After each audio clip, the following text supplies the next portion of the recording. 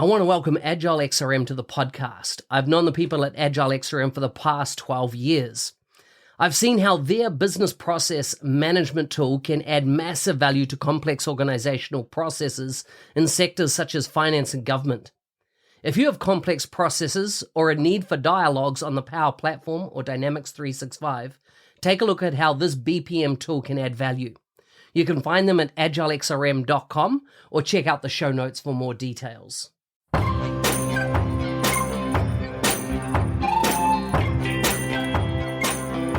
Welcome to the MVP Show. My intention is that you listen to the stories of these MVP guests and are inspired to become an MVP and bring value to the world through your skills. If you have not checked it out already, I do a YouTube series called How to Become an MVP. The link is in the show notes. With that, let's get on with the show.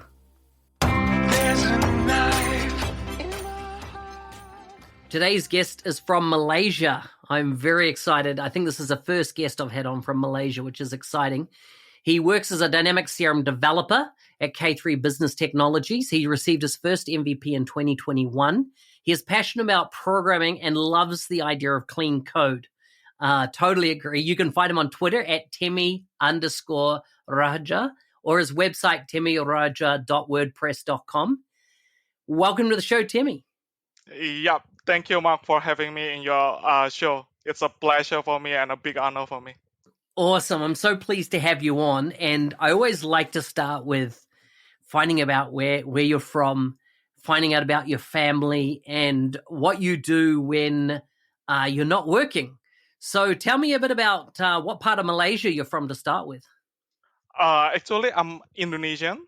And currently, I'm in Indonesia because I changed job actually last year. That's why I'm not getting visa yet to go back to Kuala Lumpur. But now I'm currently in Indonesia, Tangerang, nearby Jakarta. Nice. So tell me, if I was to come there, what's the favorite thing that I must eat? What must I do food-wise? Wow, there's a lot of things that you can eat actually.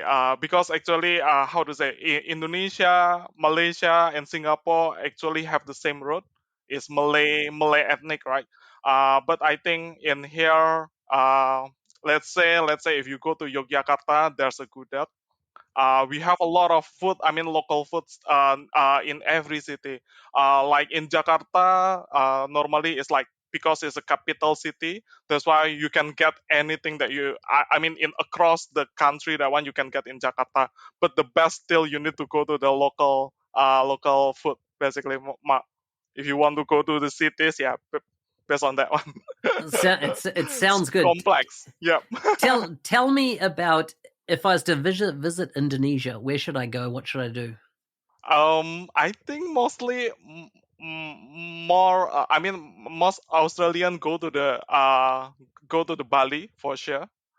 But if you very very love to seeing scenery, very beautiful beaches, something like that one, then you can go to the Raja Ampat, Papua. Then if you go to in Yogyakarta is considered like very affordable price. So you can get like food, nice hotel, and then you can see also there's a Candi Borobudur. Actually, that one is like Buddhist temple, but it's very very old, and that's considered like the things that you can go. Nice. I've spent 2 weeks, as you can imagine, in Bali in my past, but I have wanted, and I've said to my wife for some time, I want to go and live in Indonesia for at least a month to 6 weeks, because I just want to, I love the food, I love the culture, I would just love, the thing that I liked the most in Bali was people driving who doesn't like a nice bintang, right? Who doesn't like a nice bintang? But what I liked is that on the back of motorcycles, people would have like a full grill or barbecue set up on their back of their motorcycle, Yeah. and like Babi guling. You could get corn, you could get chicken, you could get all sorts of things just grilled on the back of the motorcycle. And I love that type of food. Street food, I just, delicious. Have you tried nasi padang before also, Mark? I think I have. I'm not certain though. What's the main things in it? What's the main things in it? Uh, yeah, the one that are very famous is actually beef rendang.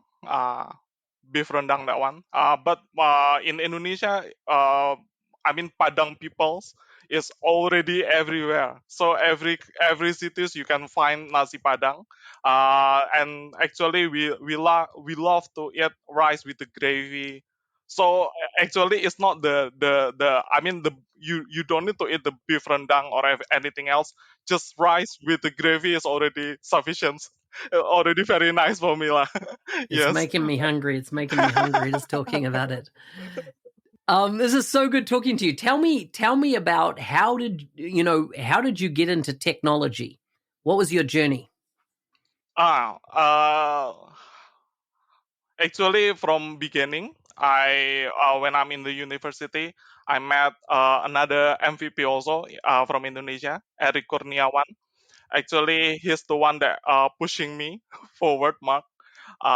He do like a crazy stuff. Yeah, actually, he needs to become a speaker in one event, and one day before, actually, he talked to me and then said, "I cannot go to there.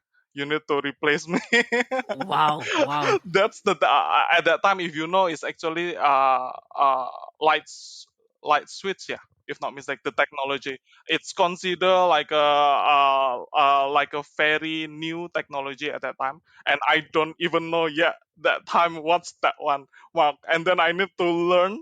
It's just in just like 24 hours, something like that. wow, wow. So then how did you progress ultimately into dynamics? Nah, yeah. So I'm graduated 2012. Actually, I'm working as a .NET developer until 2015. And then at that time, my girlfriend actually working at the local company in Indonesia called Technosoft, that one. And from what I heard from her, actually, it's already the company is already like very advanced in that sense. Like they applying CI/CD, they have unit testing and everything else, which at that time seems like very alien for me, terminology at that time. So when my wife resigned, actually I'm like substitute. I'm- no, no, it's not like I'm substitute, like, but basically I'm submit and then I got accepted there. And there in there actually I met my mentor, which is my senior, that actually always challenged me with all the things that he had.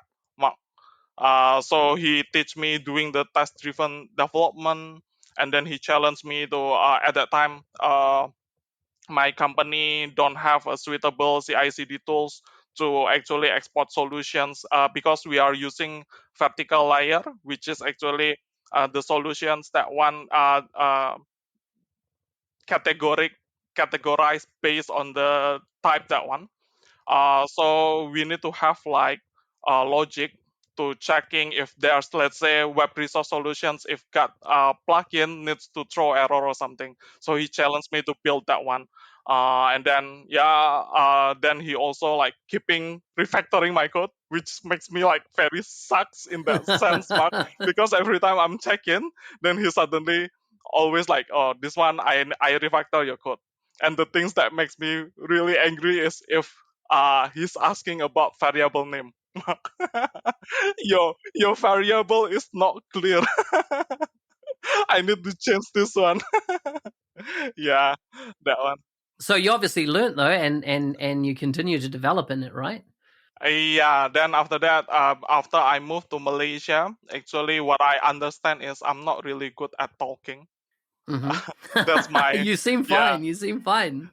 And I think it's also considered because I'm introvert, and also I'm too nerd in that sense. I mean, too technical. So sometimes, like if I'm talking to people, right, probably they just like don't know what I'm talking about.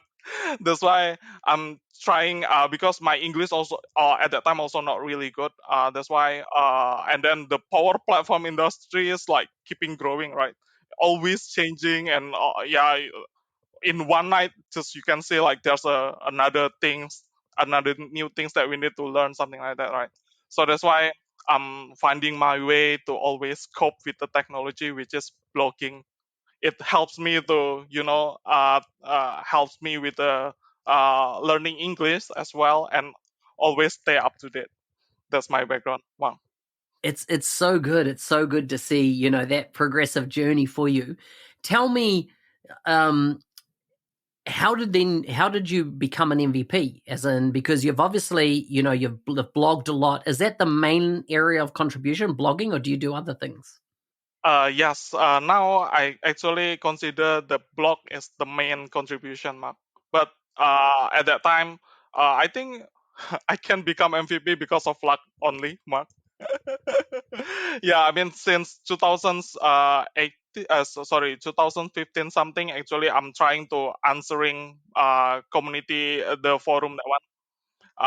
But I cannot cope with those guys like Eric Levin, Bipin Kumar, all those guys. Every time I got questions, I can see that they're already answering the right things, and I don't have that deeper. I mean, like very very deep knowledge compared with them, right, Mark? But eventually, when I moved to Malaysia and my Microsoft starting to push local community, including the Kuala Lumpur that one, got one people that noticed me because of trying to do the answering the community forum that one, Mark.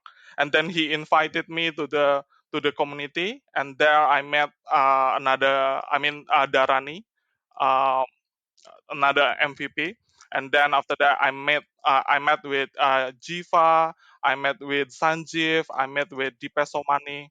And then since then, like because we need to like become leader on the Power Platform community that one. And then since there, yeah, that's the progress lah, Mark. How I'm doing. Wow, it's so good. It's so good. Who nominated you at the end? Darani. Nice, nice, nice, nice. Did you, when you became an MVP, did you notice anything different? Like, as in particularly around, did you get access to more content? How did it help you once you became an MVP? Uh, Yeah, of course, because the things after we got MVP, we have like a free environment, right? And also we have Azure, all those things. Actually, my target also, I'm trying to cope up with the Azure technologies, which previously I don't have, right? That's why, because of all of this, right, it's helped me to, yeah, writing blogs and everything else. Mm, mm, mm. So tell me a bit about the community now in Malaysia and also Indonesia. How big is the community of people that are doing things on the Power platform, so Power Automate, Power Apps, and as well as Dynamics 365? How big is the community? There are lots of people involved, or is there a few people? What's your view? I think in like Singapore and Malaysia, from what I see, is mostly people that coming is from India. The local people, like in Malaysia, is actually like very less in that sense, Mark. And I think what I can say is actually the people, I mean the local people, that in Malaysia is actually considered like passive in that sense, Mark. Yes, yes. Do you think While there's an carry on? Yeah, I mean, while in Indonesia, it's little bit hard because we not really like talking English. That's why usually, I mean, all the MVPs in Indonesia usually conduct their presentations using Indonesian language, which more easier for them to getting the people to come in. But from what I know, yeah, but from what I know is, all the people is actually passionate about Power BI, mostly in Indonesia. Yeah.